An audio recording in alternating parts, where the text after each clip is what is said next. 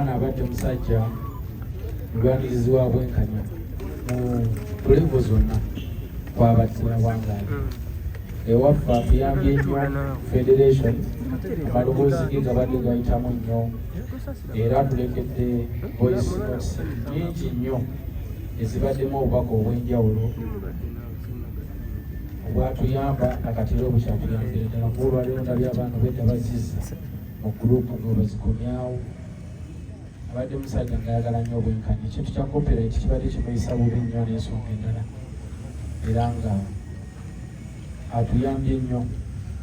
Nsaba otwala akakisa kano okwebaza Hajji Haruna abeereddewo nnyo Mulwana nnyo nnyini ddala, kubanga ndowooza n'olimba mwabulira ng'ayimba n'agamba nti nasigaza Hajji Haruna wange. Nsaba tukwebaza nnyo, webalire ddala byonna. Nsaba Allah akuteremu obwangu, beera mugumu ddala, ebyo bibaamu. Oli musajja musiraamu ze banagendako e Mecca bandaga omubaka we yayimirira nasimanya alwanisa baani. Kati omuntu ng'oyo nabbi omulamba waba yalwana n'abantu, kitegeeza naawe bangi nnyo abamutunuulira ssebo. Naye nsaba Allah akuwa obugumu, kubanga obugendo olwo ne Mulwana bukyagendera ddala mu maaso, kubanga azadde alina abaana ate alese n'omukyala. Kitegeeza okyalina omulimu ssebo ogw'amaanyi.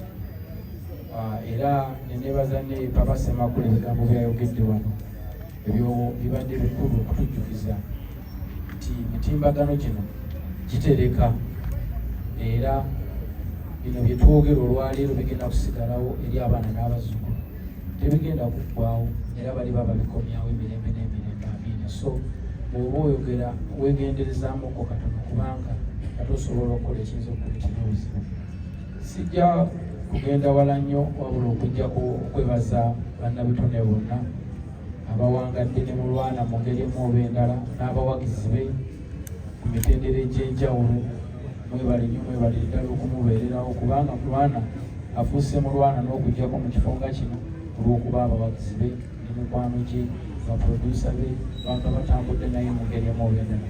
Byonna tubeebaza nnyo, mwebale nnyo, mwebale ddala. Neebaza nnyo abayimbi bonna esobodde otambula nabo okulaba nti tulwanirira emirembe gyaffe, okusobola okuba nga tufuna bye tulina okufuna, ebyo ebitugasse okulaba nga tufuna obwenkanya. Mwebale nnyo namwe yonna gye muli, abali wano n'abataliiwo, mwebale nnyo, mwebale ddala. Tugende mu maaso, temujjanga okwo paka ekiseera bwe kirituuka nga tetukyetaaga zikawaashi, nga tukyetaaga kutusonderasondera, nga tukyetaaga kwegayirira. Omulimu gwaffe mulungi, gukola ate era gwemployinga abantu bangi. Sigenda kwogera bigambo bingi kubanga tuli mu kunyolwa kwa muganda waffe, wabula nze ne bannange nga mulaba tutambudde n'abatasobodde kutuuka wano, twekozeemu omulimo ne tufunayo $1.5 million esobola okuyambako mbeera nammwe gye mumanyi eddagala ery'okuziika. Nsaba Allah agumye famire nnyo nnyini ddala, abagumize ddala. Hajji nze ndi muganda we, bwewabaawo kyonna ekyetaagisa tusobola okunyumyamu ku nsonga za famire, kuba tukimanyi nti abantu babaawo wano ababoogera ebigambo bingi, naye okuziika bakunaggwa ebisigadde ogenda kusigala omu ne famire. Nsaba nga akuteremu obwangu osobole okuba nga notyanga otuddukira ne tunyumyamu katono mugeremu olw'endala, naffe tusobola okukola ekisoboka. Nsaba nga abawa omukisa mwena abaliwanga atuwangaaze, atwongere ku bulamu ya Rabbi, kubanga ffenna ali mukulu.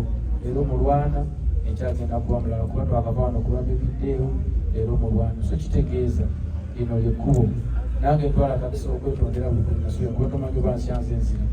Bane mutusonyiwe kuba naffe tulina tebala abawo omukisa. Thank you so much. Tweyazizza nnyo, tweyazi.